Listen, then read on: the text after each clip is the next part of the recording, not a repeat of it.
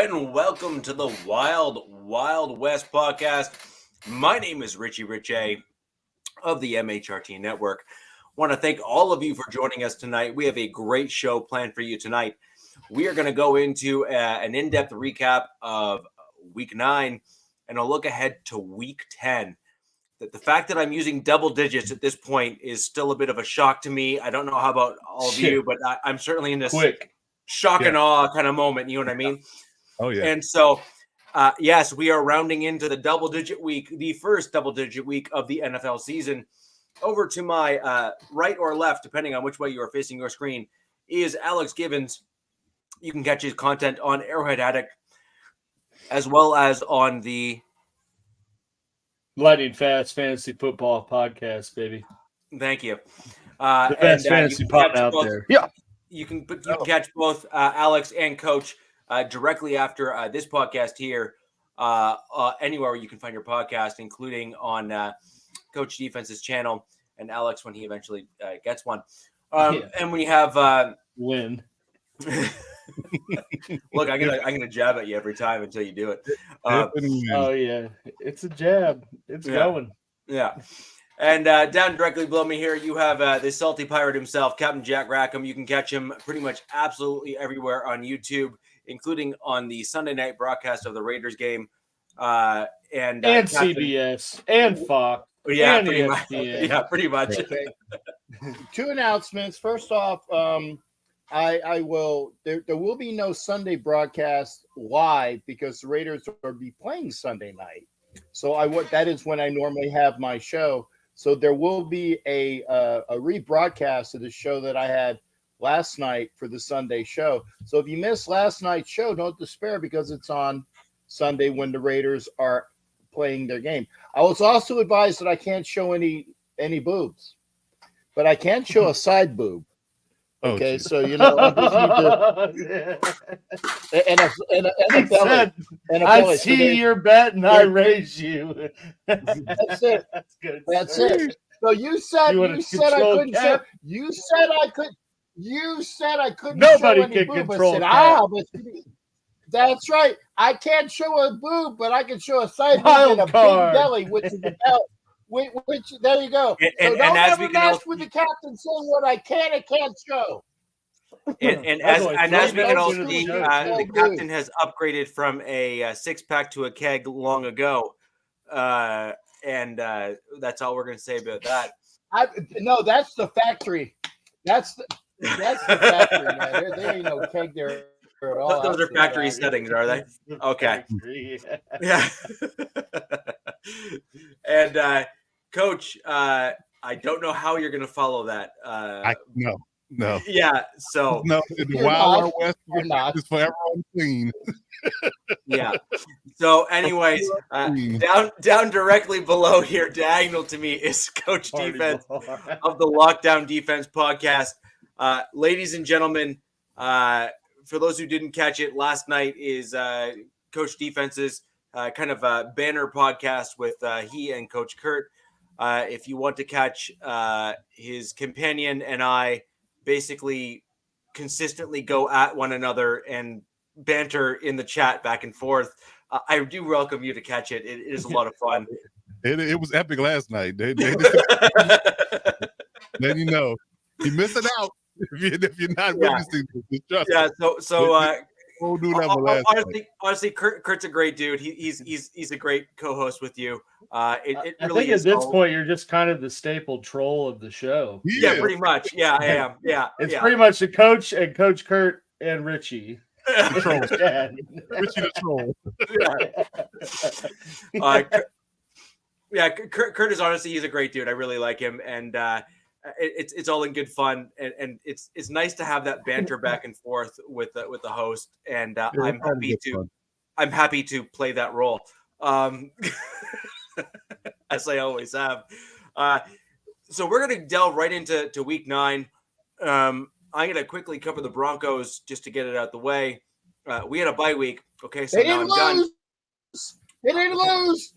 They didn't lose. They didn't lose. Right. There you go. That's why it's. That's right. We have officially maintained our record, and And so onwards and upwards to the other teams in the AFC West. And don't worry, I have lots of information in terms of things that came out. I'm going to throw over to Alex since you decided to go across the pond and play. And I'm not going to lie, I was a bit surprised at the game. I expected a bit more of a competitive game. We'll just put it that way.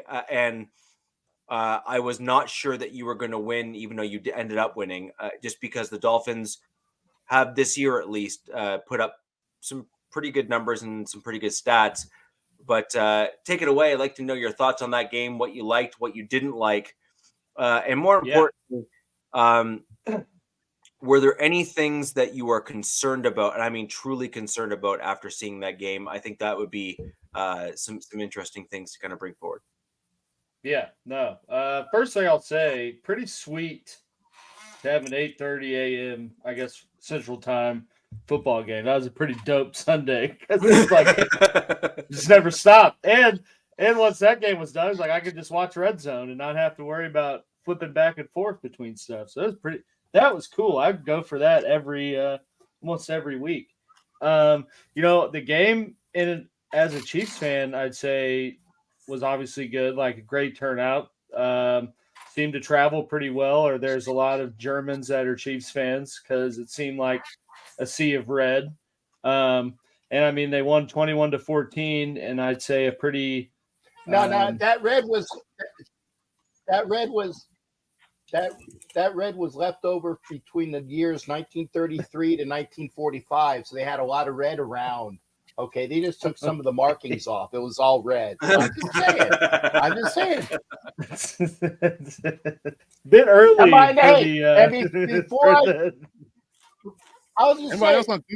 I get any comments, I am half Jewish, so there is no anti-Semitism there. So don't even go there, okay? Don't even go there. Did you convert just so you can make those jokes? No, I did not convert. I was born this way. Just like the song by Gaga, baby. I was born this way. Half Jewish, baby. There you go. Red is red. There you go.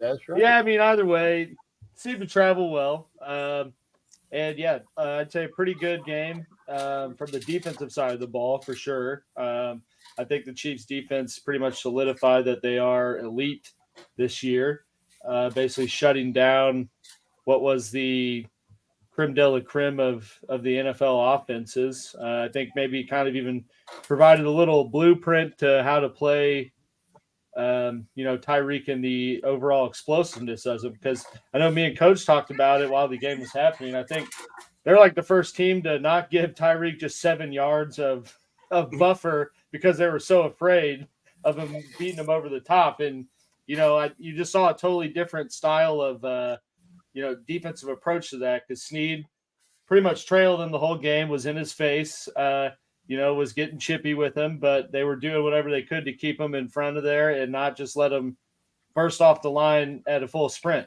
because you knew that would be how he'd torch you, And in all hindsight, I think he got the full caramel circle of talking a little bit too much before the game. Special statement there with the fumble that ended up being a touchdown, which, was a hell of a way to kind of close out the first half. Now, that being said, the whole second half from a Chiefs standpoint was kind of like bend, don't break. 21-0 at half. I thought they were I did not foresee the offense not scoring any more points. I didn't foresee the defense kind of getting backed into a little bit of a corner in the third quarter and giving up 14 points. But at the end of the day, a win is a win. So can't be too upset about that. But yeah, I mean, biggest positive, I think the defense has continued to be elite and almost the exact opposite of what we have traditionally seen from a Chiefs team in terms of what side of the ball is successful. And exactly as I know I said last week that the Dolphins have lost every game in which Tua was sacked 3 or more times. They got 3 sacks, blitzed him, I think, 15 times. Definitely did what they could to disrupt the rhythm and flow of how that offense works. And you could tell once Tua got flustered and wasn't able to just hit his first read in under 2 seconds, things happened in terms of them not being able to convert on third down. Then when they came down to the needing points, I think you saw the ultimate cherry on top with the whatever throw that was to the wide open. If Tua just was a little bit calmer, it might have been a tied game. But I think that was the culminating point of this defensive game plan that they had, and flustering him and throwing him off of his rhythm.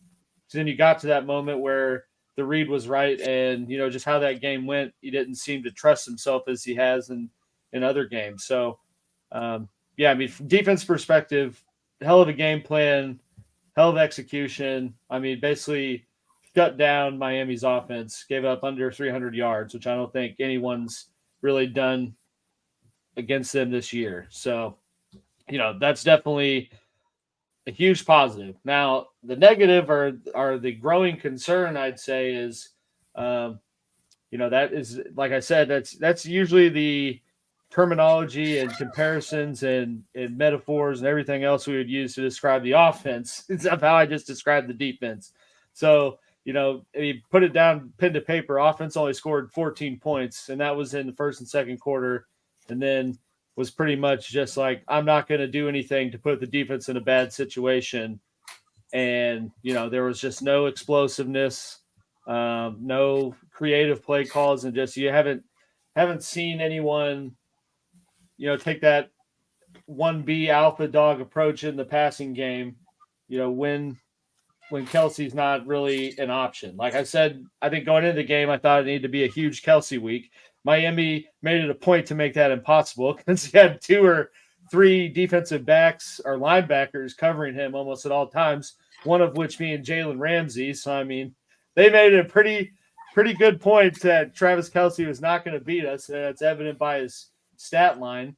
But then you think, okay, if they're putting 2 to 3 receivers on a tight end, someone's got to be competent enough to do some damage somewhere else and get them off of that. Well, not really. Yeah. Not really. The leading receiver for the Chiefs had 34 yards. That was Justin Watson. And I get that the whole appeal of the Chiefs ever since they moved on from Tyreek is, death by 1,000 cuts. You don't know where we're going to throw the ball. I'm going to complete it to 15 different guys just because.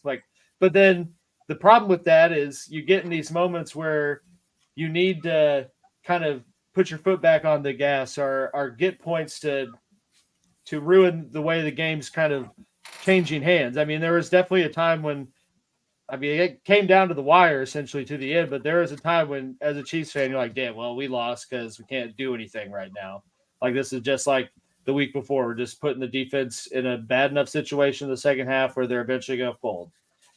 Luckily that didn't happen, but the lack of another go-to reassured option in the passing game is more than a growing concern at this point. It's obviously an issue, clearly being disguised by the fact that the defense is just playing at an unbelievable level. Lights out. Yeah. Lights out. And that's, certainly you look at like other teams that have been successful for long stretches, like those things happens where it's like identities flip and you just got to do different things to be successful with what you have.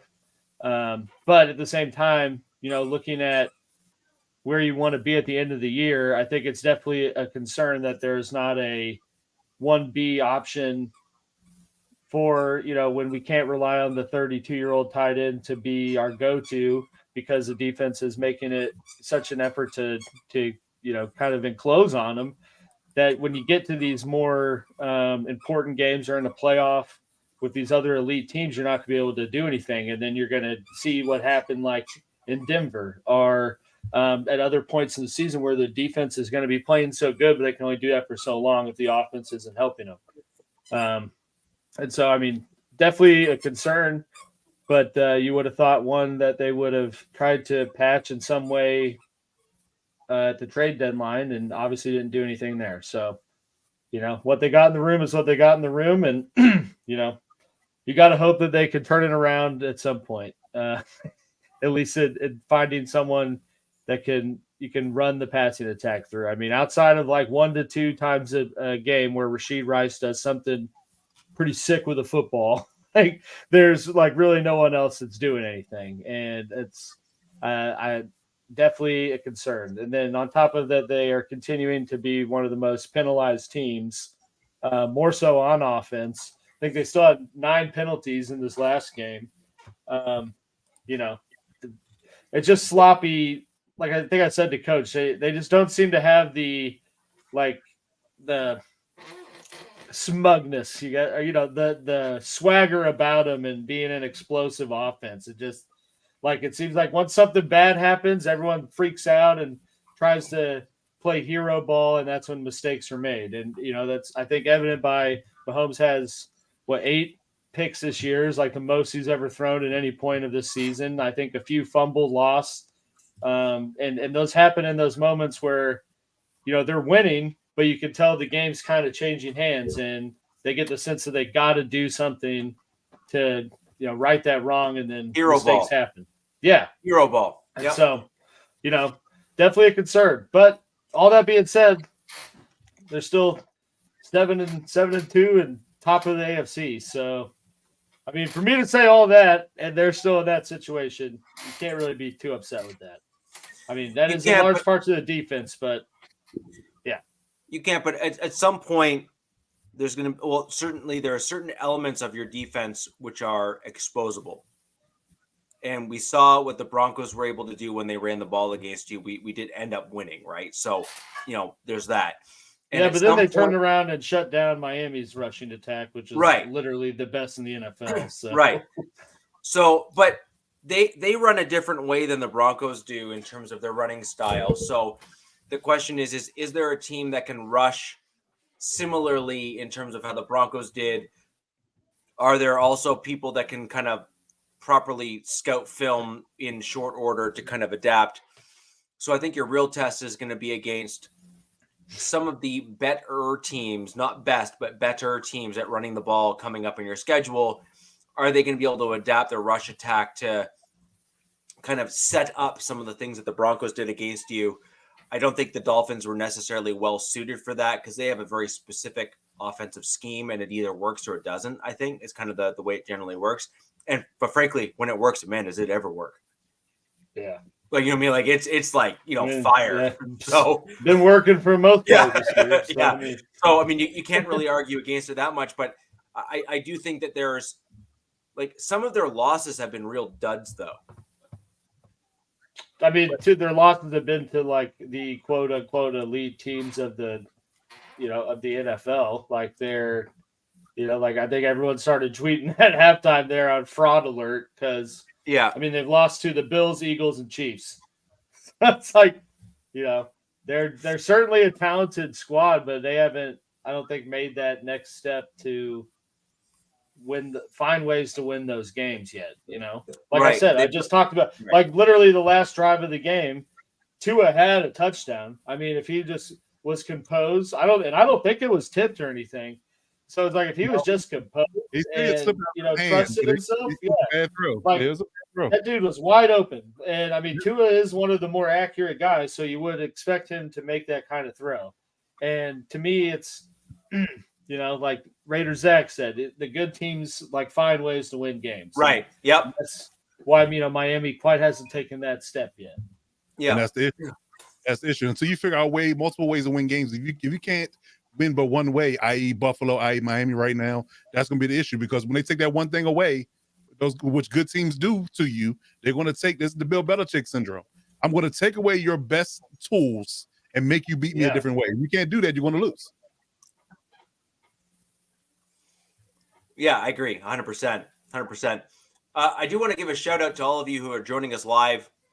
My burner's back, baby. I saw that too.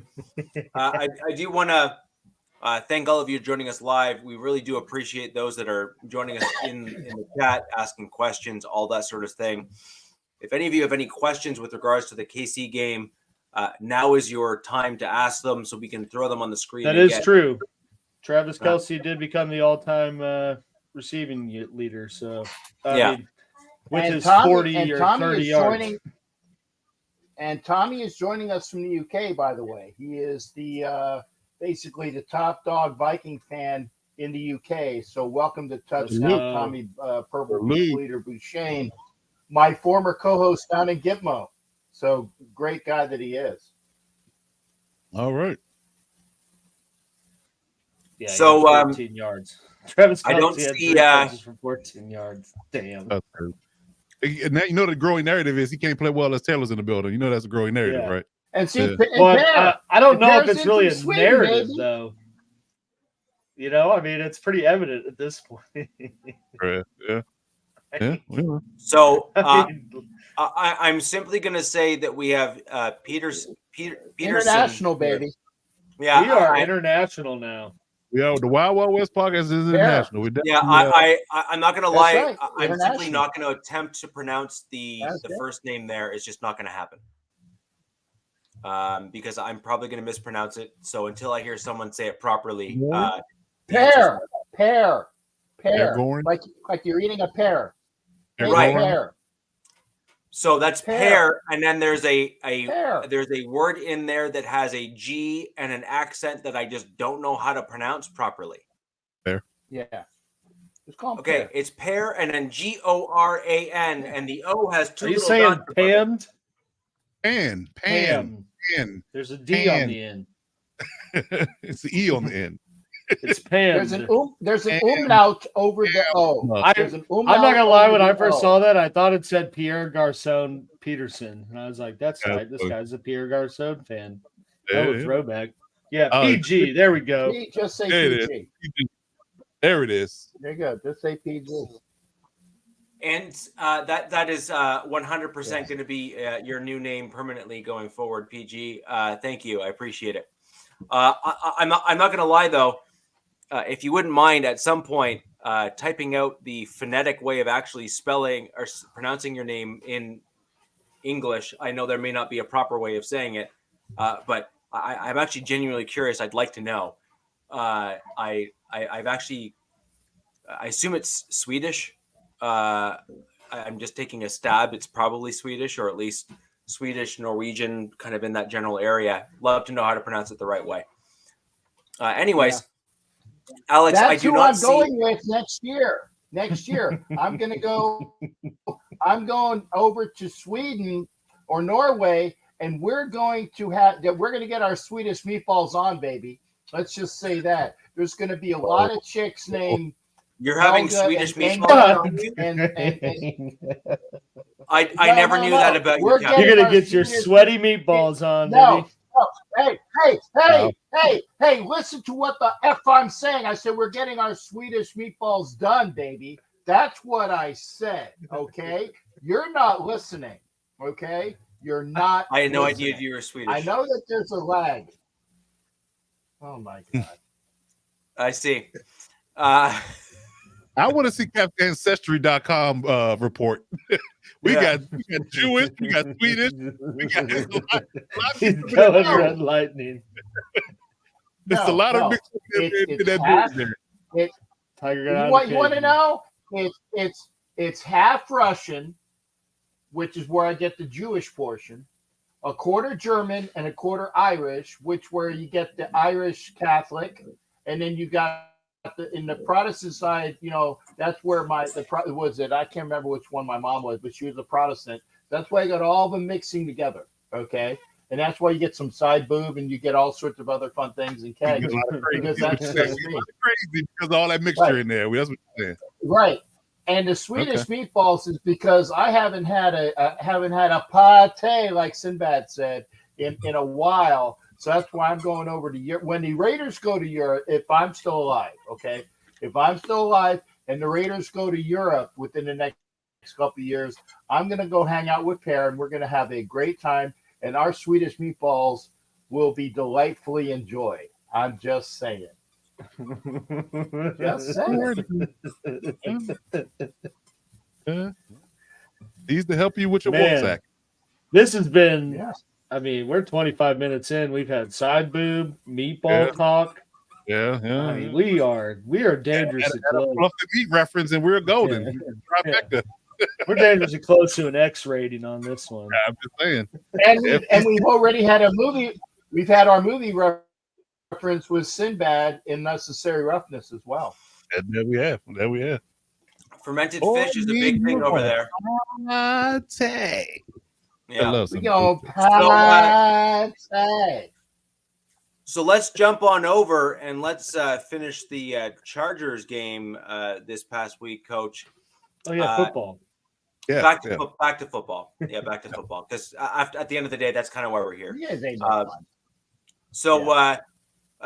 And let's also not forget, like, smoked salmon's kind of a big deal over there in Sweden too. But I go back to drinking. So, Coach, let's talk about how your Chargers did, the good, the bad, and the ugly, and kind of go over things. And also curious as to your biggest concerns, despite the fact that you did well. Well, where do I begin? Well, how much time you can't argue with the 27-6 victory over a very good defensive team. It's the GD Jets, though. I know it's rough over there. It's rough being a Jets fan. Like, it just makes you happy that you don't have that level of dysfunction on your offense. But I digress. But overall, I mean, the last 2 weeks, the one thing I have been very impressed about with this team is that they have not played down to their competition, what they've been notorious in doing. No matter how good or how bad the team has been in recent history, we played up or we played down. They have come in with the more talented roster, more talented, everything top to bottom, all phases of the football, and they've shown it.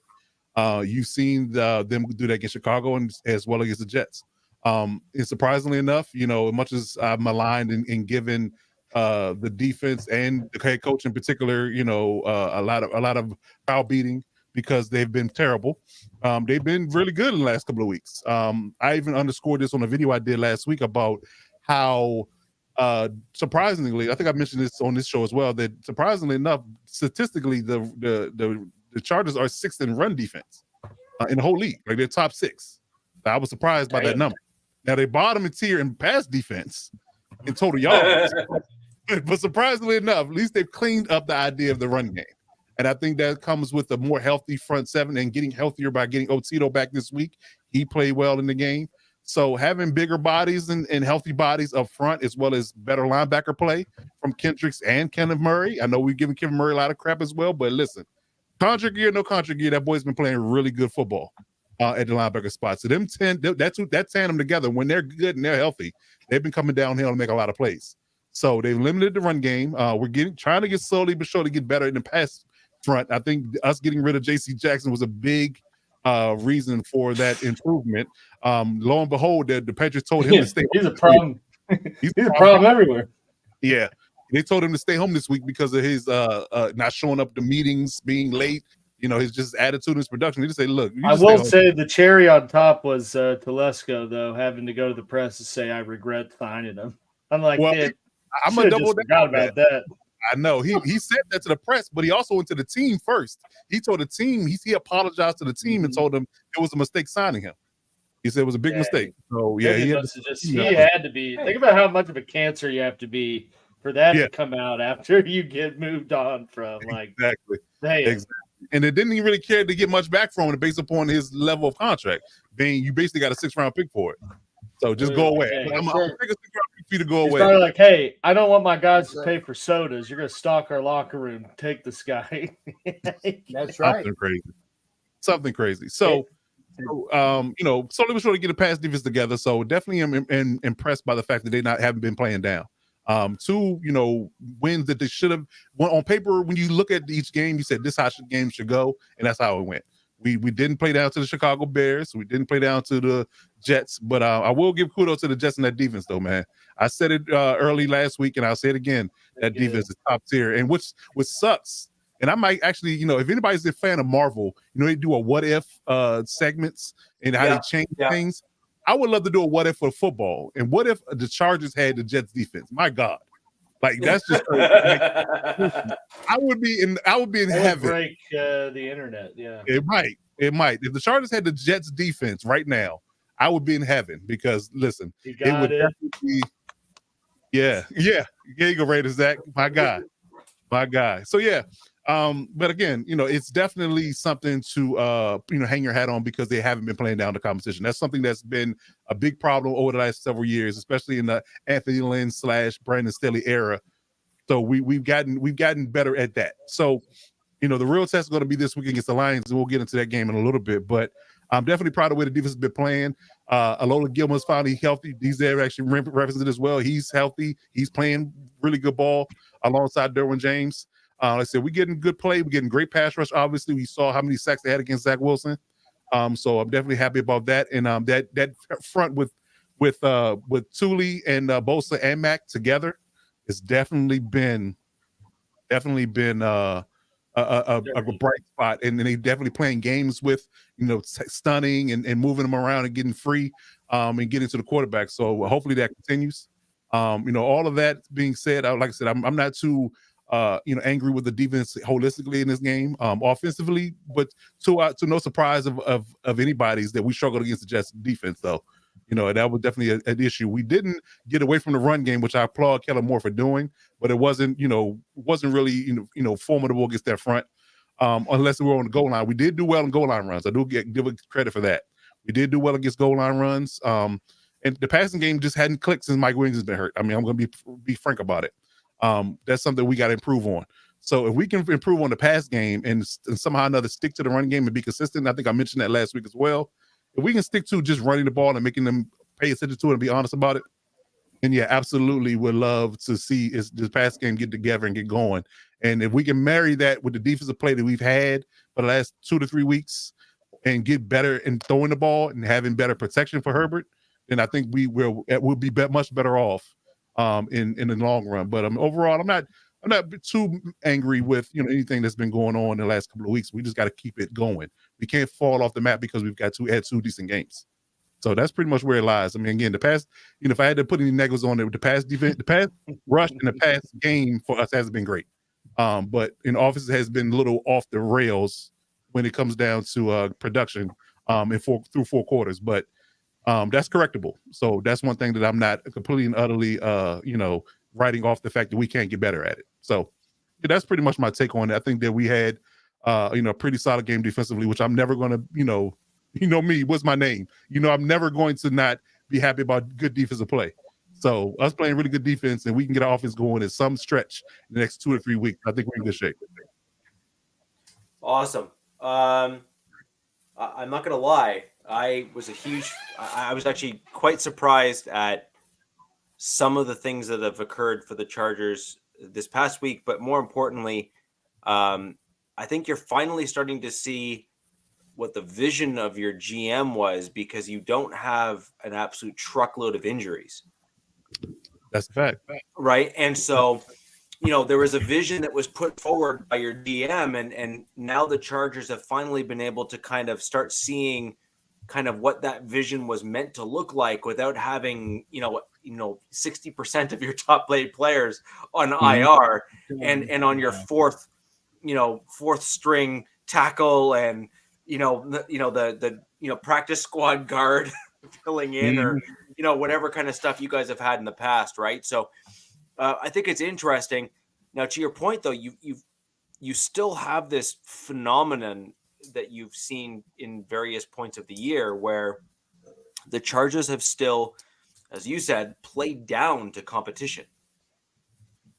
And I don't think that's a coach thing, in my opinion. I think that's an ownership problem and a general manager problem. And the reason why I'm saying that is those are the positions and the groups that kind of drive culture, right? Which is, because, let's put it this way. And before I know you're going to try to say no, Coach, and I'm going to push back on even that face that you just gave me there just a second ago. So hang tight, because it's coming. Okay, look, if you go 3 and 4 coaching regime changes and have the same problem, the problem is no longer the coaching regime. The problem is the folks that are above them. And so then the question is Is it the GM or the owner? And if you constantly cycle out the GM and you still end up with the same problems or issues or challenges, then the problem is the ownership group not instilling a value structure or a structure at all of expectation within the building by making their presence known. You see that all throughout the league. For example, you briefly mentioned the Jets. Why do you think it is that the Jets are not a more competent franchise when it comes to sustained success? Their ownership group has a fixed market, and they're quite content with what they're putting on the field from a dollars and cents perspective. When you look at teams that have been traditionally successful, Alex, I kind of look at your ownership group and saying, failure is not good enough for us. We are making changes. Your young owner who took over for his family when he kind of came in there made it a point to say, no, just doing okay is not good enough for our Kansas City Chiefs, and did the things to get better. Set a tone, set a standard, if you will. And I look at my Denver Broncos, and I'm using an example here, Coach, and then I'm going to fire back over to you to respond, which is look at Pat Bowlen for the Denver Broncos. Pat Bowlen set an absolute gold standard in the NFL, saying losing is not an option. Do better. Meet the bar or get out. And I think that that's an important piece from an ownership group. You want that. And that is so, so important to have that coming from the top down, where you have the owner who's kind of in the building but not meddling. That's another thing, Jerry Jones. But you want an owner in the building. The Panthers owner. Yeah. So you want the owner that's in the building but not meddling, but then you also want an owner who's there to say, I expect better. And so, Coach, I'm just kind of curious as to your thoughts with that as a general kind of broad statement. Well, I mean, the case you made, you made valid points. I'm not going to say act like you didn't. You did make valid points. I do believe that if you look at it from a holistic standpoint, now I'm looking at it from a smaller, I guess you can say, microscopic view, right? Because being a former player, being a coach, right? Day to day, moment to moment, game to game, it's the coach's job to motivate the players and get them playing at a certain level, right? Now, when you look at it from a 3,000 foot view, let me put it that way. Yeah. From a 3,000 foot view, when the decisions you make, and to your point, the decisions you make, from a personnel in a front office, in a management perspective as an owner, trickle down in a sense, to your point. So I think two things can be true. I think the coach's job is to get the team motivated to play, and the idea of them playing down is a direct reflect on the coach in that moment. But the overall overarching decision making does fall on the owner.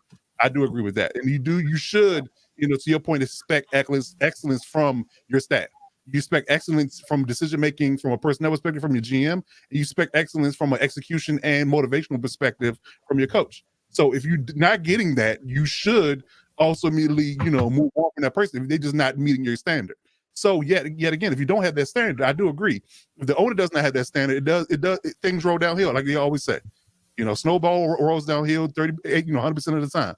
So that's where it lies. So if it is, on Spanos to say that, the Spanos family to say that we expect a certain level with the team we have and the pieces that we have in place, we should be doing better. And if we're not getting that production, somebody got to go. And we're going to keep spinning our wheels until we find that guy.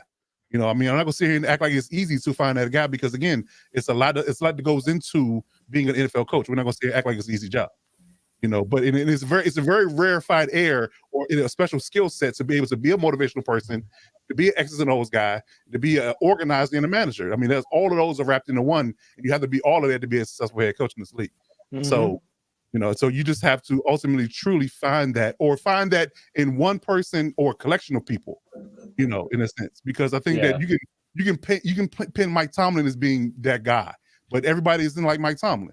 Some guys can be like Mike McDaniel in a sense where he can be the offensive guy and a manager, but let's say the defensive coordinator is the motivator. Let's take Antonio Pierce, who's newly in interim. He's a motivator. He might not be a big X's and O's guy from an offensive perspective, but damn it, he gets the guys motivated to play. So again, I think two things can be true, but again, it does fall on both sides to get the job done. If you're not doing it, either get better at it or go. I agree. And Coach, there is another layer to that as a general comment as well, which is the owners have all been extremely successful in their own right. You can't own a football team and not be successful. All of the NFL owners at some point in their careers and in their lives. That's right. Sure. I agree actually. But let's be honest, all owners at the NFL have been successsul at some point doing something else. So they've got the mindset. Yeah, they're born into someone else's money. Well, yes, but at the same time, there's a certain wisdom that comes from within. You'd hope, at least, maybe not. Business. That the father or the mother, whoever was successful in their endeavors, more likely the father, grandfather, etc., would have passed down those kind of values and motivating factors and saying, "This is how I became successful. Now do it." Right? Like you hear all these guys and they pass. It rarely works that way, though. No, 100%. It rarely. Oh yeah, rarely. Yeah. In fact, the best. Most of the time, they have no motivation. No, to do anything. No, and in fact, the vast majority of the successful sons or daughters of those that are incredibly successful are those who parents gave them very little but forced them to earn everything. And so those are the ones that typically do very well in life and end up succeeding despite coming from very successful and or incredibly wealthy parents as a result.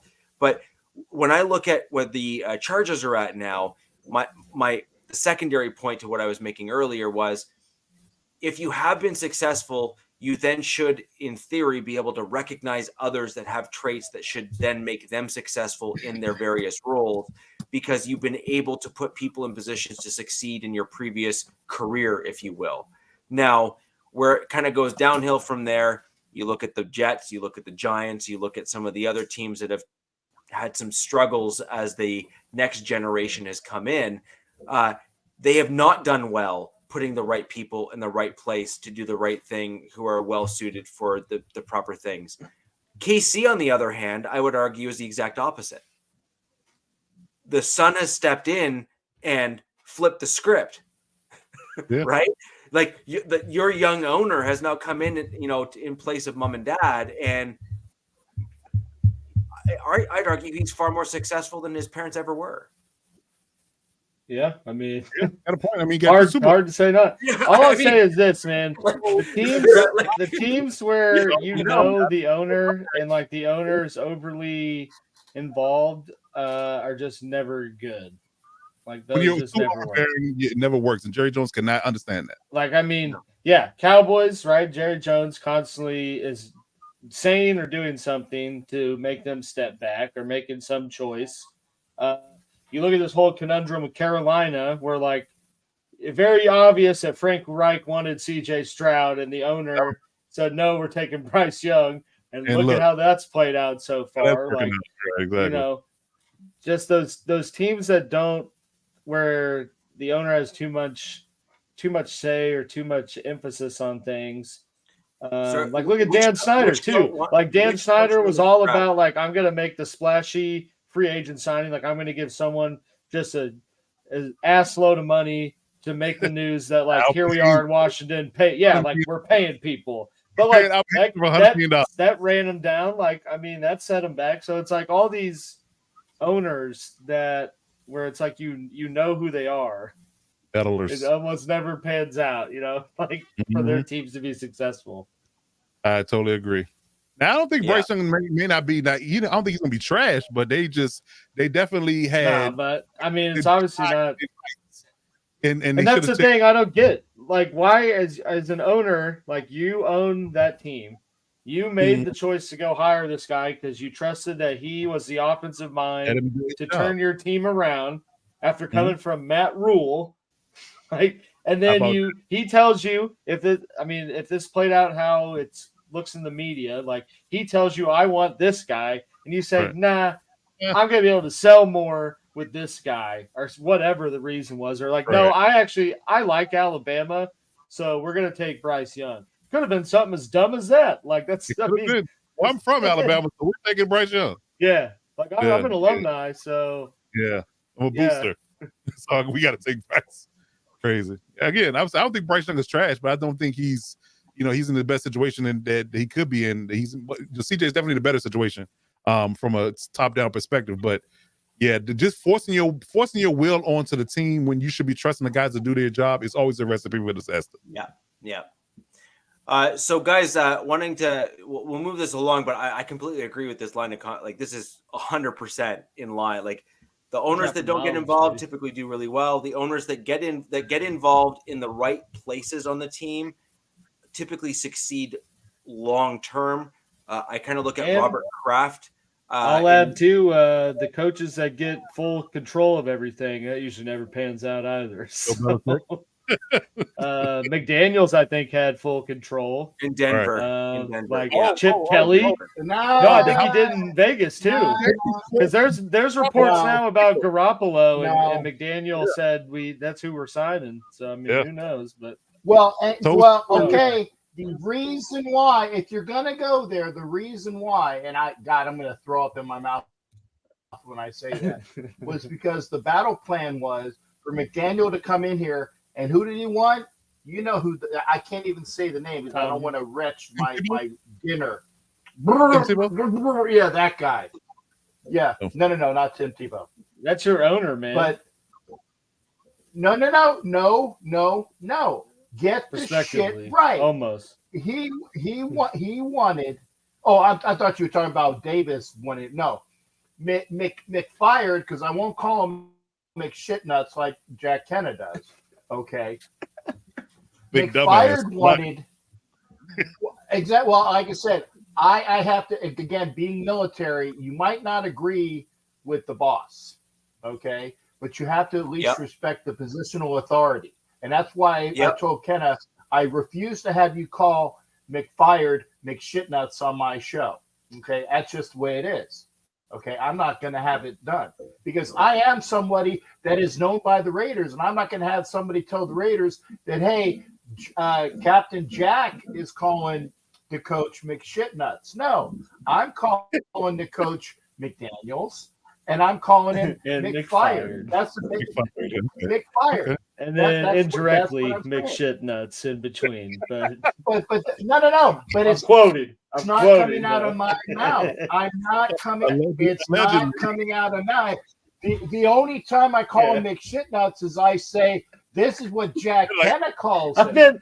We need to count. We need to go back and clip this up and count how many times Cap has said McShitnuts without quoting and without saying that he said it. I said. You know what? I'm dropping it. Ding. Get ready for the 7-second delay. Fuck you, Gibbons. Okay, there you go. Okay, you didn't get it.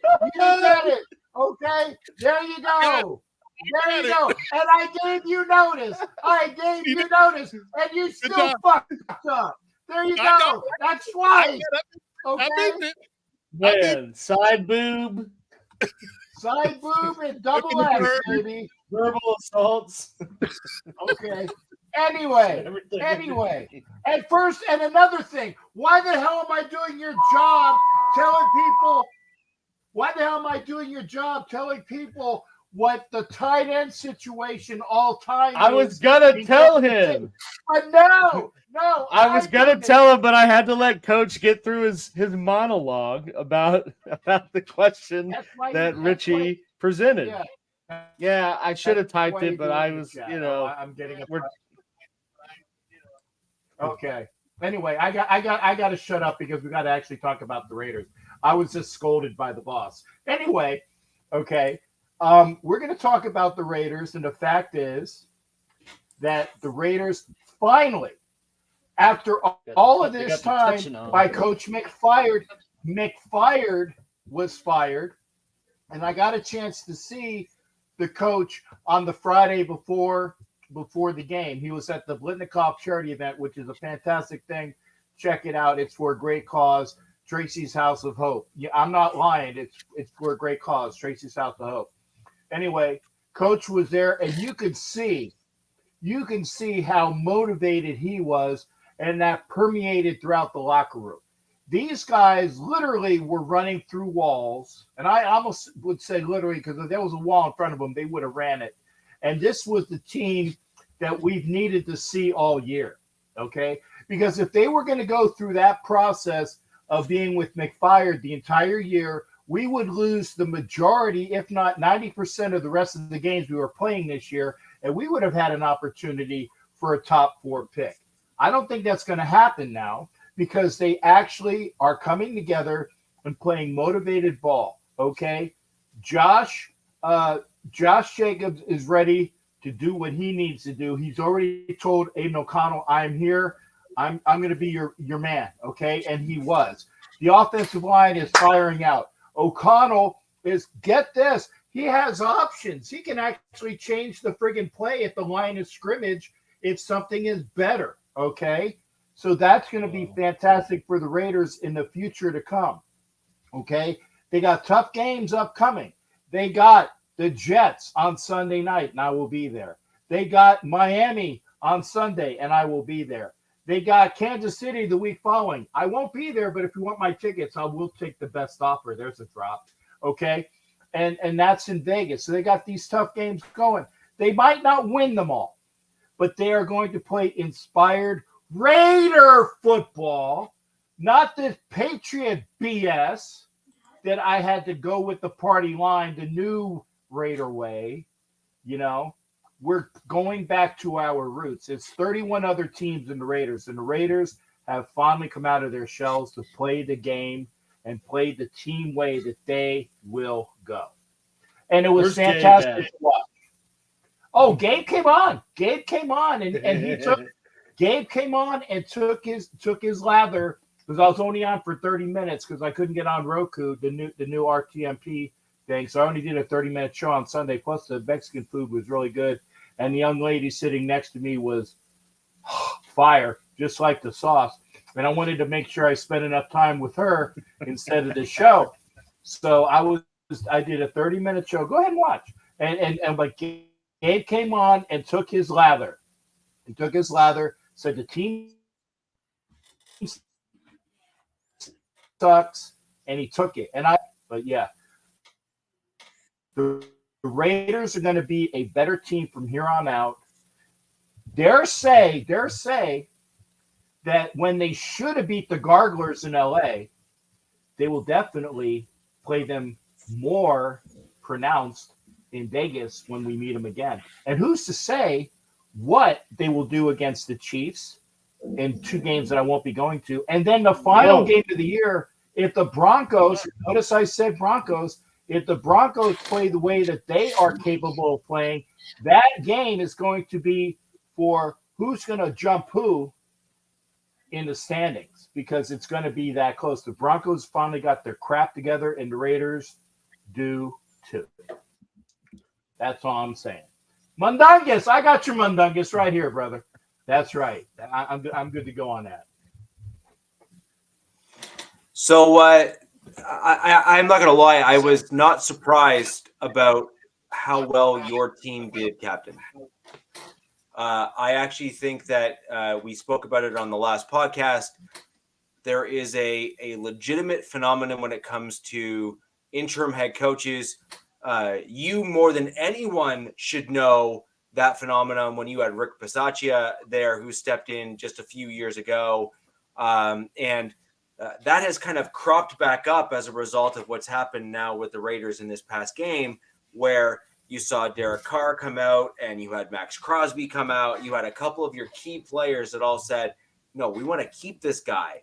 And with that in mind, I mean, my prediction is I actually think if Pierce can continue a trajectory similar to what you saw with Bisaccia, even close, I actually think both from a financial standpoint, because I think it makes sense, but I think more importantly from a team building standpoint, you're going to see the Raiders stick with AP as your coach, even going in for another maybe a 3-year or a 4-year term, because I think his his cost will be lower, but I think he's got the locker room at this point. And as long as he can continue, That's big. That's most important, because getting these guys ready to play is a I mean, they do have $80 million tied up in 2 guys to not coach for them. You might want to go cheap. Someone on the cheap. Yeah.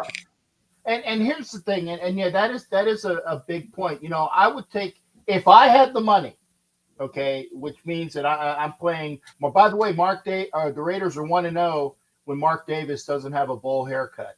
Just saying. There's a stat. You have the Taylor Swift. He cut his hair. Well, it wasn't the bowl cut. It couldn't get any worse unless he. Wow. Yeah, Let me check this out. Yeah, it wasn't the bowl cut. Check it out. Anyway, here's the thing: if you have the money to get rid of personnel, and I think that was the combination of Ziegler and McDaniels and Lombardi, whatever the hell that was, $85 million.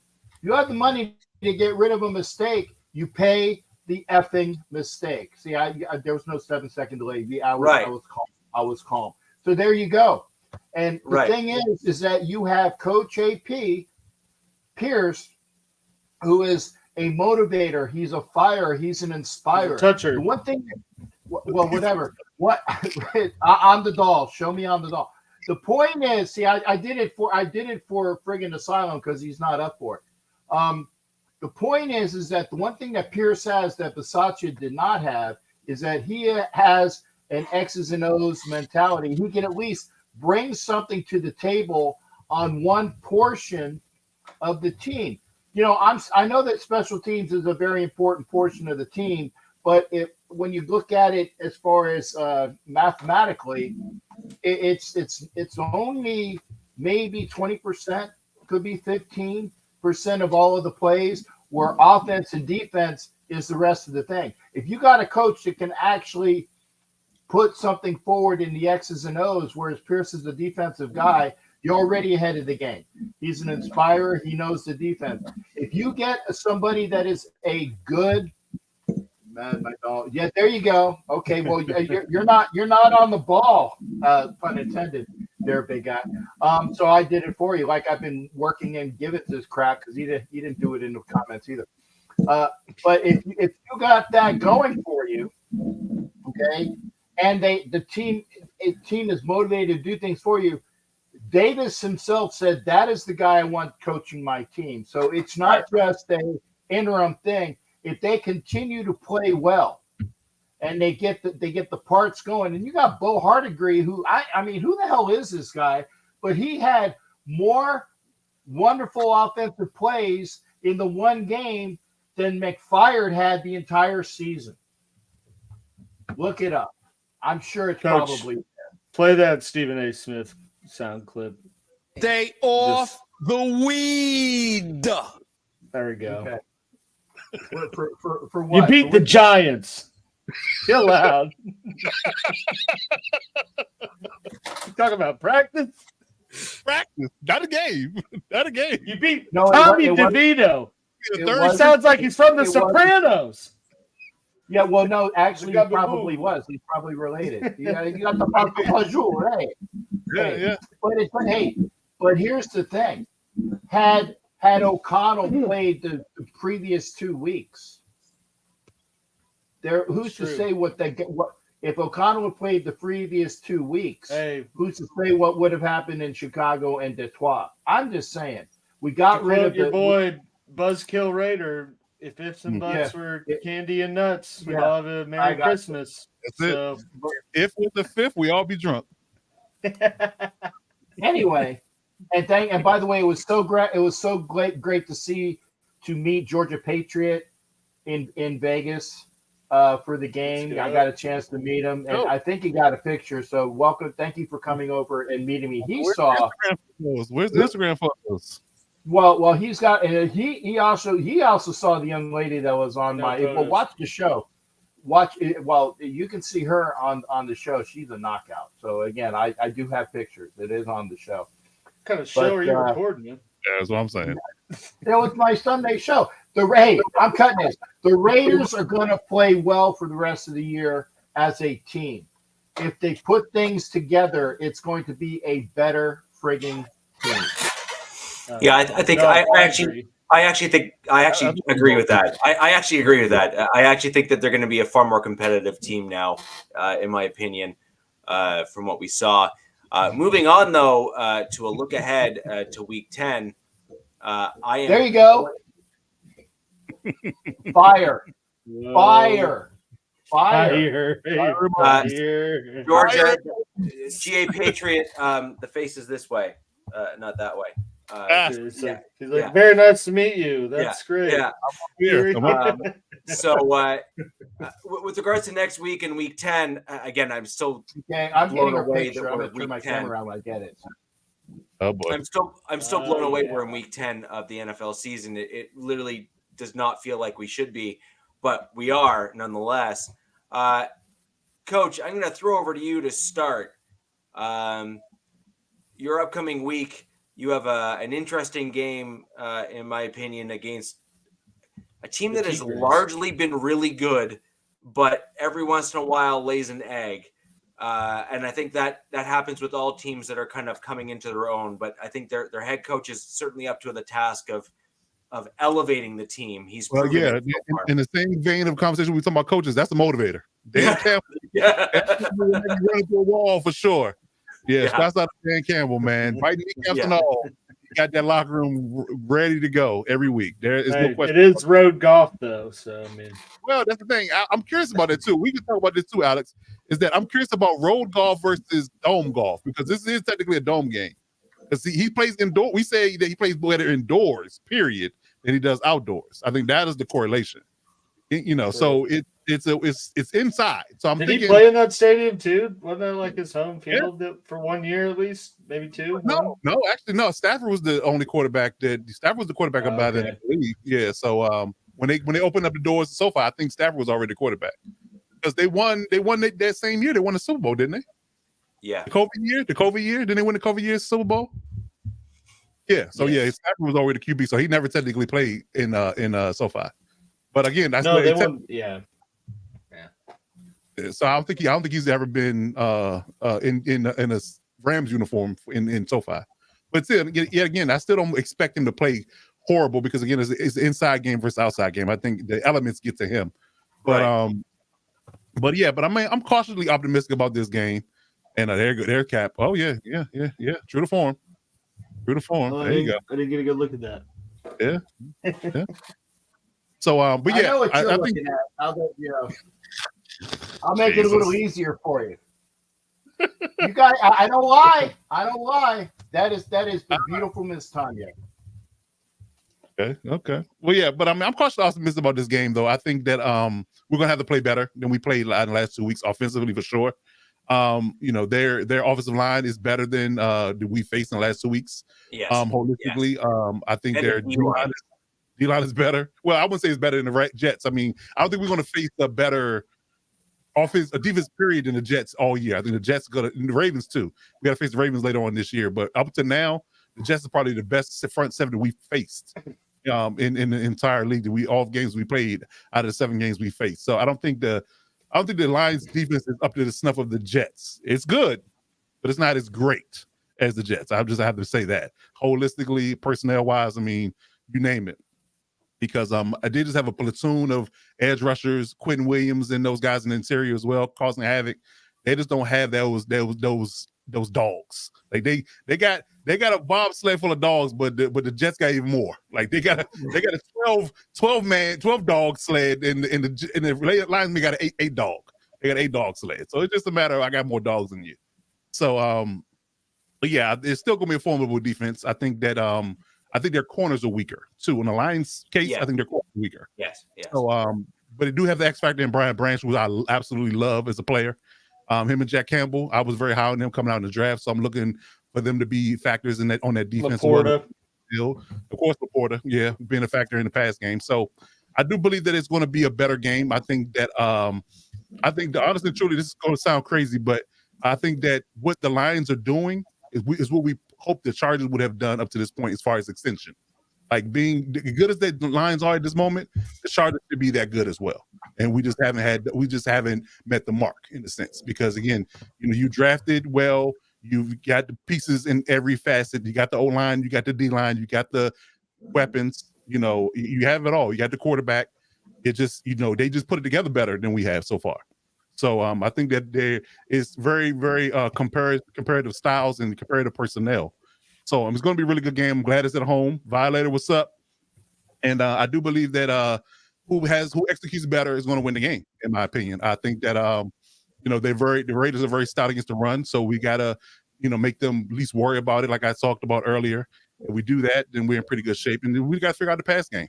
We got to attack those corners. Like I said, that's probably the weak spot of their defense, is their corners. We got to attack them. We got to get Quentin Johnson going. Hopefully, Jalen Guyton can have a better outing this week. Gives him 2 weeks removed from being on the field. So those are the biggest, most most glaring things. And getting Austin Eckler in space as well is probably be a good thing too. And just keeping Aiden Hutchinson at bay, keeping him off of Justin Herbert, because he's going to most likely line up against Trey Pipkin, who is our weaker tackle. So we just got to make sure to account for him and keep him out of Herbert's way, and I think we'll be fine. Like I said, I'm cautiously optimistic, but we can't not play well and expect to win this game. It has to be. We have to keep taking steps. We took a step against the Bears. We took another step against the Jets. We got to take that further step against the Lions. If we do that, then we'll be right in the game. I truly believe that. So it just depends on how we come out and play. And again, I'm glad it's a home game for us, and we don't have to travel. So if road golf is a thing and not just outside golf, and if you play that, we're in good shape. We're in good shape. So that's pretty much my takes on it. We just have to continue to build. If we can continue to build, and it's going to be a truly, I talked to SoCal about this earlier, is that this is going to be a truly a test for the team, period, from top to bottom. Like, this is going to truly tell us where we're at this moment in time, at week 10, where we're at and where we're going. So I'm looking forward to the game. Yeah, I actually think that the Lions may have better edge rushers, or at least like just pass rush. Hudson's pretty good. Yeah, pretty good. We got 3. They got 1 at this moment. So I would give the edge to us, in all honesty. No. I'm not saying comparing your team to theirs. I'm saying that when you compare the Jets, to me, their strength is their interior defensive line. Whereas edge is underrated, to be honest. If you look at their edge, they're underrated, yes, but I think that the Lions have a whack of first round picks on that D line, and 2 of them are on. Yes. Yeah. So I just think that you're looking at very similar styled teams in terms of how they were built. And I think that the Lions have like 2 guys that are. Hutchinson's definitely a beast. Yeah, they're just good. They're just really good. Right on that, bro. That's why you got to account for him. You got it's like against Max Crosby. He's you got to killing it. No knots. If you do not, it's gonna be a long night. Yeah, I mean, Crosby's in a different tier, though. I mean, Crosby is proven against multiple teams, multiple years. I mean, it's just he's in that rare air class of pass rushers. Yeah, I mean, I'm not comparing, person to person. I'm just saying that your game plan, especially because they both line up against your right tackle, which is typically a weaker tackle. You have to account for them. I'm just saying you have to account for them. If they're not a part of finding where he is at every snap, then he's going to be a problem. Yeah, I think that's a point for Crosby and Hutchinson. Yeah, I agree.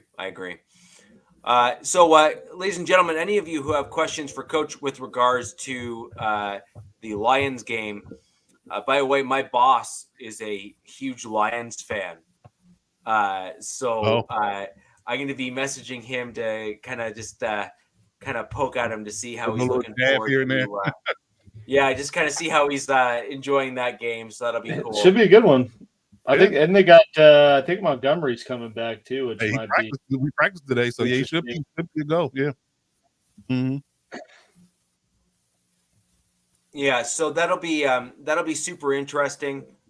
Just overall, just generally speaking, in my opinion, in terms of as a game, that one I'm looking forward to.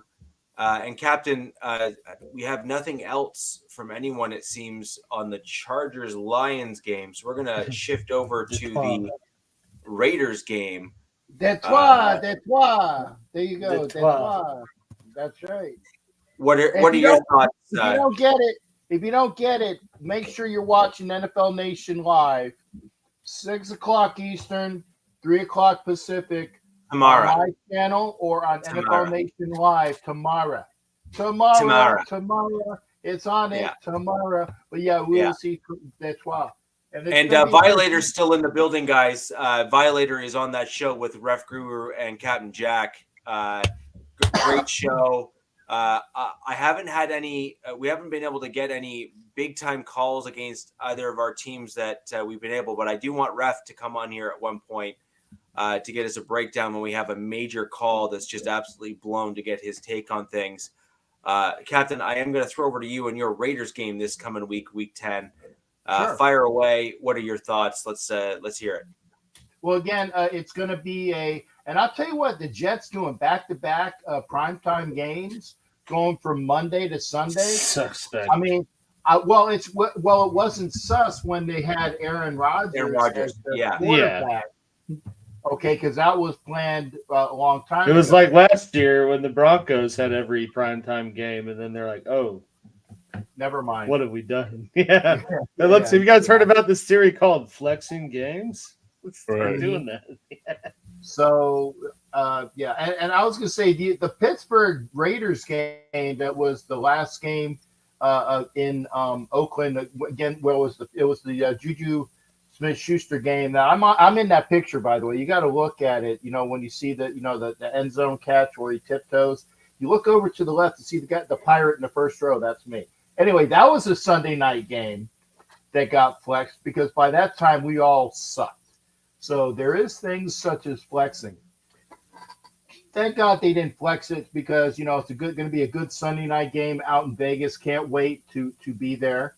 Again, the Jets' defense is what keeps them in games, okay? Yeah. Because their offense is horrible. And I'm not just saying it to be, to be mean and nasty. It's horrible. The problem is that I don't know who the Jets' backup quarterback is, but the Raiders have a bad habit of making the backup quarterback who's in their first start, i.e. Mullins when he played for the Niners a couple years ago, Bagent this year, like a couple weeks ago, coming out of D2. They have a bad habit of making these guys look like they're going to be Hall of Famers. So I don't know if the Jets are going to be playing whoever Wilson's backup is. I have heard rumblings that that's going to happen. God, I hope not. Because I'd like to actually beat Wilson, and because their offense is horrible. But it is going to be a primetime game. The Jets have a 1 day less of rest, although it's not going to be as bad because they're going from Monday night to Sunday night.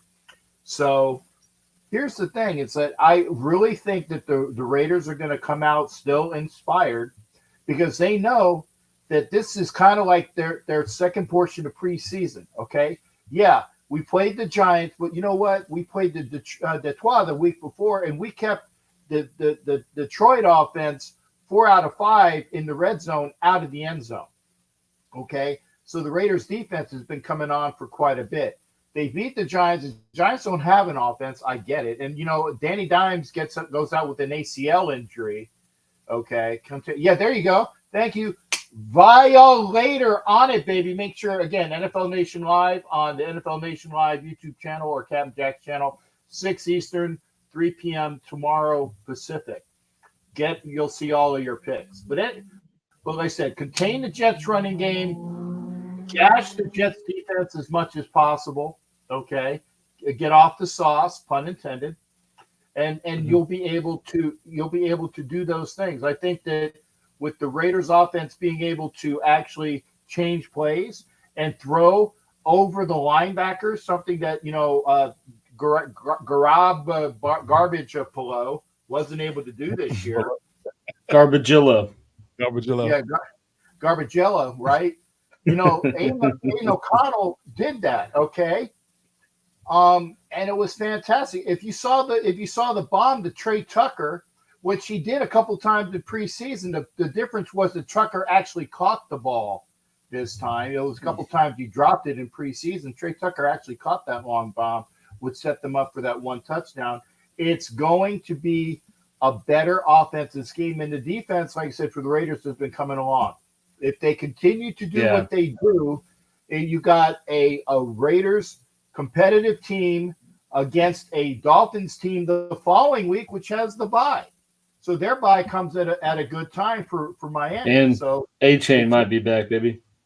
Oh yeah. Well, like I said, you're going to get a lot. You're going to get a lot of things going. But like I said, I'm not being a homer when I say this. But this is the way I thought this team was going to be playing all year. I was incorrect for the analysis at the beginning of the year, but this is what I have to look forward to, and this is why if Pierce continues to go in his track, the team continues to rise. And hey, Bo Hardigree is definitely calling a better offensive scheme than McFired. Who's not ready to be give them a platitudes there? We'll see. Not to mention the Chargers, I think, got 8 sacks against the Jets last week. So their O-line's pretty terrible. So Max Crosby should absolutely feast. He should. It's funny. I think the Jets are kind of like how I was talking about the Chiefs in that they obviously have a good defense, but their offense just can't be good enough to not put them in bad situations. Whereas like the Chiefs offense to this point of the year has been, for the most part, good enough to not have the defense eventually just shut down. Whereas like where you have the Jets here, their defense is going to play. I mean, they have an incredible defense. I think 3 of our teams have played them now, or maybe just Chargers and Chiefs. But I mean, their front 7 is up there in terms of total units in the league. I think it's just a matter of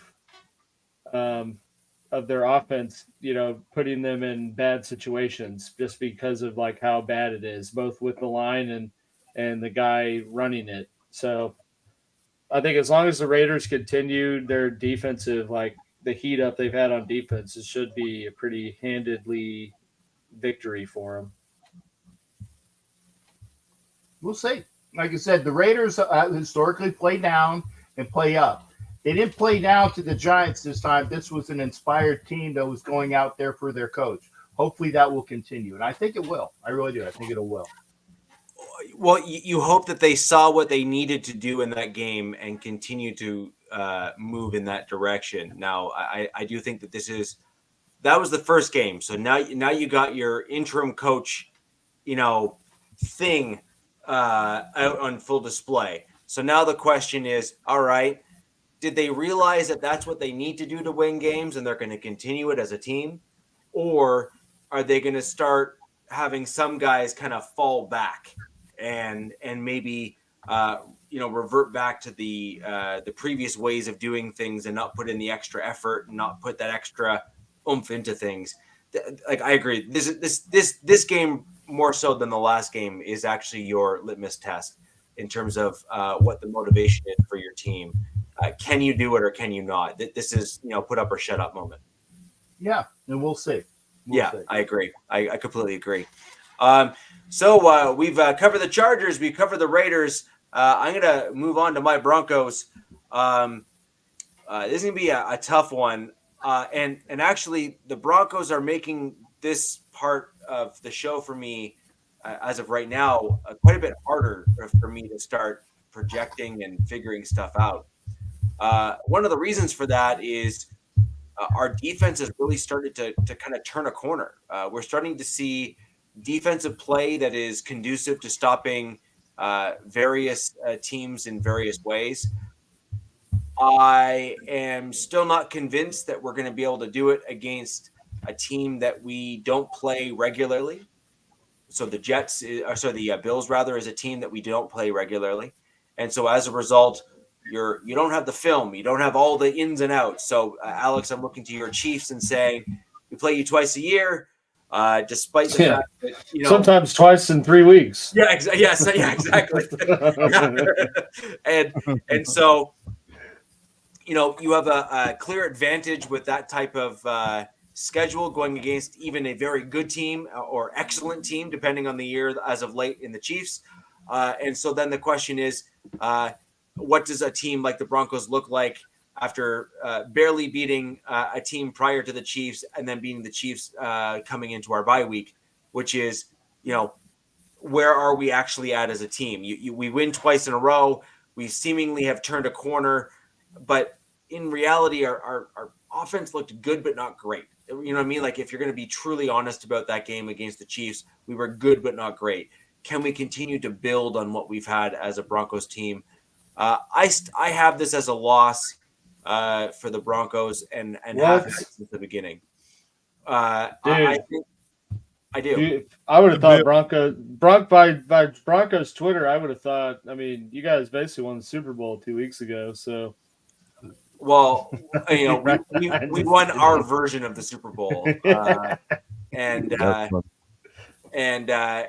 just playing. I'm being I'm glad you were able to shake it off and end up beating the Dolphins, but we'll wait and see how you do this next week. And, maybe just you gotta look for the blank space in the defense. Maybe you just swiftly lose this next game as a result of, some shady play or not being able to get your offense back in order. Because at some point, your offensive play, which has not been great this year, in truth, will eventually come and bite you when you start playing certain teams that are able to compete. So we'll wait and see what happens, right? So, in my opinion, this is going to be a loss. I think it'll be a really close one, and I'm willing to be wrong and have this be a close game for the Broncos in terms of, that 3 to 7 point swing style game where a team gets an interception and wins by that interception touchdown, or you end up kicking that last minute field goal at the end of the game to win the game. So it's not like you won by the country mile or decisively won. It was just whoever got the ball last. I'm willing to say that this could be one of those games for the Broncos, just because we were seemingly putting some things together. Captain, you alluded to it earlier in the podcast, where the Broncos are kind of finally, at least it seems, pulling themselves together and on an upward trajectory overall, which I think is a fair comment to make when you have actually watched back-to-back weeks. I'm not willing to say that the first win was something to celebrate. When you start putting together a more decisive win, or at least a cohesive win against the Chiefs, which we did, despite the offensive struggles, the question is, are we going to continue that building block forward, or are the bricks going to be, kicked out from under us and we're going to be starting anew again? That's my struggle right now with the Broncos. It's a legitimate question. I'm certainly not going to come out here like all the other Broncos podcasts and fans the Broncos are going to win, all the rest of the games, and, we're going to be exactly what we thought we might be, and blah, blah, blah. I'm not there. We need to show we can be better and do better. I am encouraged by the fact that this coaching staff has been given the leeway to bench players when they're not playing up to par, despite the fact that they were starters to begin the season. That, to me, in itself, shows that there are some changes that are occurring behind closed doors, and that's a good thing. So, I think keys to the game for the Broncos, true keys to the game, are going to be Baron Browning. Can he continue his success as an edge rusher for the Broncos and have his sustained success against what is traditionally a better offensive line in the Buffalo Bills? Another guy that I think is going to be pretty critical to our success against the Bills will be Alex Singleton as a linebacker. I think that Josie Jewell has continually gotten better as the year has gone on. Singleton has kind of made some issues and mistakes in some of his play. Can he improve after the bye week, after some rest, and kind of get back to form? He is typically a run machine when it comes to stopping, and he is all over the field when it comes to tackling. We just need him to actually tackle better and make the right decisions in tackling and his lane gap discipline, which he has struggled with. So he will be an interesting player. And another one, last but not least, will actually be, I'm going to combine two players together because the hybrid. One, can PJ Locke continue to step up and fill in that second safety role and play like he has been playing? And on the flip side of that, in the last Buffalo game, may have been one of Justin Simmons' worst games from a tackling perspective, where he continued to not try to wrap the guy up, but use his shoulder to tackle the player. And we actually saw quite a number of Zach Allen big runs as a result of missed tackles or whiffed tackles, because Zach Allen is basically a moose with legs, and with 2 legs, not 4. And so when you have a dude that's that big running the ball, he can run through tackles, and unlike many quarterbacks of that height and size. And so that's an important piece to kind of keep an eye on. So can Justin Simmons and PJ Locke play to the level we've seen these past 2 weeks and tackle well and make interceptions and make plays? Or are we going to see safety regression because we're trying to do too much to do too much, spread ourselves thin, and then get, put in our place, if you will, as a result? Those are my kind of 3 big things that we need to look at in this game. So, and obviously the offensive side of the ball is pretty straightforward. We need to start scoring points decisively and definitively. You can't just kind of squeak into the end zone and get points that way. You need to do it the right way. Alex, I'm going to again point to your Chiefs and say the way that you used to see Mahomes do it when Tyreek Hill was there, where it was, yes, they're winning this game. The Broncos need to start doing stuff like that in order to actually turn a corner, in my mind. So, any of your thoughts on that? Well, I mean, I still think y'all have a shot. If y'all can play anywhere close to how y'all played the Chiefs and keep Josh Allen in hero ball mode, I think he could. He's going to make mistakes. Yes. He'll make mistakes, and he'll give you plenty of opportunities to steal this game from them, even in Buffalo. I believe that if they do make mistakes, and you can literally make them give up on a run like they are prone to do early on, and y'all have a great shot at winning this game. I don't trust the Bills to come out and be, the dominating Bills that people have given them the tag on the last couple of years. They've definitely regressed, in my opinion. They can win. I would echo that. You said it earlier, and I tend to agree with that, which is the Bills can win 1, maybe 2 ways. Exactly. But the problem is that they don't have the versatility to pivot and win those other ways. And I think that's fair. I think that's an absolute fair comment. They don't have a run game either. Or defense right now. Exactly. And that was the second way that they used to be able to win, was they had a reasonable run game. Which is Josh Allen. Or an elite defense. Yes. Yeah. Or an elite defense. And so they had these kind of like 2 different things that they had at their disposal, and they've slightly regressed, coach, as you stated, and they've lost that other way of winning. Now they really have a one path option of winning games, and if that gets stopped, then they struggle. Agreed. In fact, Alex, in many respects, people thought the Chiefs were going to fall into that 1-win style, which is chuck the ball all over the field, and then Andy Reid lit the league on fire and said, hold my beer, hold my double cheeseburger with fries. I was gonna say that he ain't drinking it. He's got the monster. Yeah, he eats them with his 2 rings too. Yeah, that's right. But you guys have Pacheco, right? You guys have Pacheco, and he said, here, we're going to show that we can run the ball too, and you did a great job of that last year. Yeah, and I was going to say, I think the Broncos need to kind of take the same approach they did playing KC the second time, and I mean, just run the ball. If they can run the ball the way they did in that game, I think they can win that pretty easily. Honestly, I agree. I do agree. You're gonna keep, especially ending it in points. Getting those long drives that ended, whether it be a field goal or some points, then you're gonna get to a point in the game where you've sucked up enough time that you're gonna force Josh Allen to have to do something.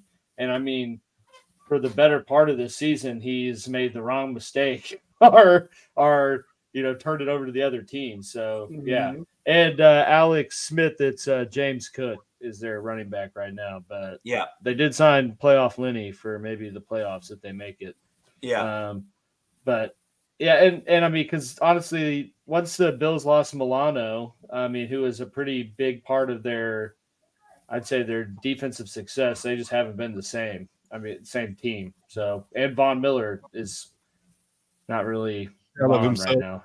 A shell of himself, yes. Although he is going against his old team, so who knows? There's motivation there. Yeah. Oh, a 50 who factor. Might be. We talking about 6 sacks, maybe? I don't know. Yeah, a 50 hoop factor. That's right. Yeah. So I tend to agree with your analysis. I do think this is a winnable game. At the beginning of the season, I didn't think it was even close to a winnable game. The needle is moving for me towards, we could actually win this thing. And so, yes, but there's certain things that need to happen in order for that to take place. And I need to see consistency from the Broncos week over week over week for me to start coming out and say, oh, now we are. Now we're cooking. Yeah. Now we're that team. We're not just kind of pretending or faking it or whatever the case may be. Yeah. James Cook is Dalvin Cook's brother. Yes. Yeah, he is. Yeah, he is. Yes. And the other thing is, like I said, it's in Buffalo, and Denver is a cold weather team. Doesn't matter what the temperature. It doesn't matter what the temperature is going to be. That's not going to be a factor, okay? And the way the Broncos have been playing more consistently, and the way the Bills have just been sliding away, to quote Paul Simon, okay? There's no reason why the Broncos can't win that game. I'm serious on that. No, I agree. We can win this game. The question is, which version of the Broncos are going to be stepping onto the field this week after the bye? Are they going to, Alex, as you said, are we going to continue to play up to the level that we did when we beat the Chiefs? Are we going to build on that and do even better than that? And kind of look at what the stats were there, because their rushing stats in that Chiefs game were pretty good. They were they were stellar. Touched right? the ball 40 times. 40 Yeah. rushes for 153 yards. I mean, right. That's pretty stellar. Yeah, right? I would argue this is a Sean Payton game, because how good has Sean Payton been out of 33 minutes, almost 34 minutes of possession for Denver in the last Chiefs game. Like, I mean, you can get back to that numbers. Like, you're going to get to a point. You're just increasing the chances that you get to a point where Josh Allen's going to have to win the game, because that is the way the Bills are constructed now. They are very much ride or die with Josh Allen's success. Yep. Force it and let Josh Allen run around. Yep. Yeah, and it's going to get to a point where Diggs will probably have 100-something yards, but it's going to get to a point where later in the game where they need something, they can't go to Diggs. And then, I mean, that is what you would want as a Broncos defense going. That's where you want to be going into that game. I mean, because as their losses have proven this year, like, he's going to do something to give it back to you. Reckless. So there are some comments in the chat. You have to remember is that Von Miller was with us when we drafted Garrett Bowles, and so he knows how to just and the one thing that I will say is there was regular reports from Broncos training camp that Von Miller was basically handing Bowles just a ticket back home, basically. And so the question is, does Vaughn still have enough in him after coming off that injury to at least remember some of his technique? That is the big question. And so he's too busy podcasting, man. He's a colleague now. Right, but if it's even a maybe, jackets with Stephon in commercials, yeah. Right? But if it's even a maybe with Von Miller in terms of having even 80% of what he had when he was with us, I do think that you're going to start seeing Vaughn on Garrett Bowles' side. And then the other thing to remember is Von Miller has traditionally done very well against weak pass rushing or pass blocking right tackles. McGlinchey for the Broncos has looked god awful in the passing game for us this year. And he was pretty god awful before you guys signed him too. Well, yes, but that this is another thing to just keep in mind for he is a Notre Dame guy though, so Kenna loves him. No, but my point is that for those in the chat, you need to actually remember what Vaughn was like for us and what he did with guys that were like McGlinchey. He literally made them look stupid. Alex, your right tackle that is now, I can't remember which team he's with. Taylor? No, who's the other guy? The guy that left, or Orlando Brown? No, the guy before him. Oh, he's in Washington now. He's in Washington. Yeah. He literally basically made Andrew Wiley. Yeah, Wiley. Yeah, I mean, Von Miller made him look dumb. Yeah. But then you had Mitchell Schwartz, who made Von Miller look dumb. So yes, this is true. Yeah. So, I wouldn't be me if I didn't get my final jab in there. Yeah, exactly. But that's the thing is that Von Miller made some guys look really bad, and most of them respectfully. Yes. Yeah, you forgot the I get those prison jabs in, like the last, like the real quick pass spot jabs. So, anyways, that's honestly where I think the Broncos game is. That's honestly where I think. Well, there, Alex. You got that down a little too well. I just want to point that out. Yeah. Hey, I've been in the clink. All right. The worst thing was the Dementors. Right. And so my general sentiment is the Bills have pieces that could do well against the Broncos. We need to see if Von's at 70% or if he's at 50% or what. But nonetheless, I think there's certain pieces that the Bills have that could make this game a long one for the Broncos. However, if the Broncos can do a lot of the things that we did against the Chiefs and have a slightly improved offense where we continue to take that step forward, this is going to be one heck of a game, in my opinion. Alex, I'm going to throw over to you to give us your thoughts on the Chiefs before we say goodnight to our fans and move onwards and upwards to onto next week. Yeah, Chiefs are on a bye, so we good. Fantastic. Peace. All right. So hopefully they could get some stuff figured out with the offensive woes I talked about, but they ain't got a game to watch this week for them, so we're good. So I guess the big question is, do you think you're going to bring anyone in to work out? Like, do you think you're going to bring in someone, or is this going to be a polish? I don't think so, man. Polish. Like, you missed out on Montavious Bryant. The Cowboys scooped him up. We got off. We didn't get that lucrative signing. So I don't know who would be out there that would come in and move the needle any one different way. So I think they've clearly accepted or decided that we're going to roll with who we got. Which the one positive side is it is a relatively young, inexperienced room. So there's always the potential that it could pop off. It just hasn't materialized yet. But just feed Rashee Rice for my benefit. Thank you. Yeah. Hey, me too, man. So stop throwing. Stop giving Justin Watson looks like. Forget him. Forget Sky Moore. Forget Derry Tony. Rashee Rice. Rashee, just Rice and Kelsey. That's it. So yeah. That's about going to do this for us tonight. We had a great show, went into all the details. I did have something planned that I did want to get into tonight, but we are up against the clock. I will get into that next week's show. Next week. I promise there will be a Richie rant because I am pissed about something, and we will talk about that next even more evidence for this week coming up. I think so. Yeah. I think so. Yeah. And so I'm going to get right into that next week, ladies and gentlemen. And until next week, I am pissed. Oh, I am. Until next week, ladies and gentlemen, where the West Side is the best side. Peace. Yeah. When I pass in the street, bag of money in the passenger seat.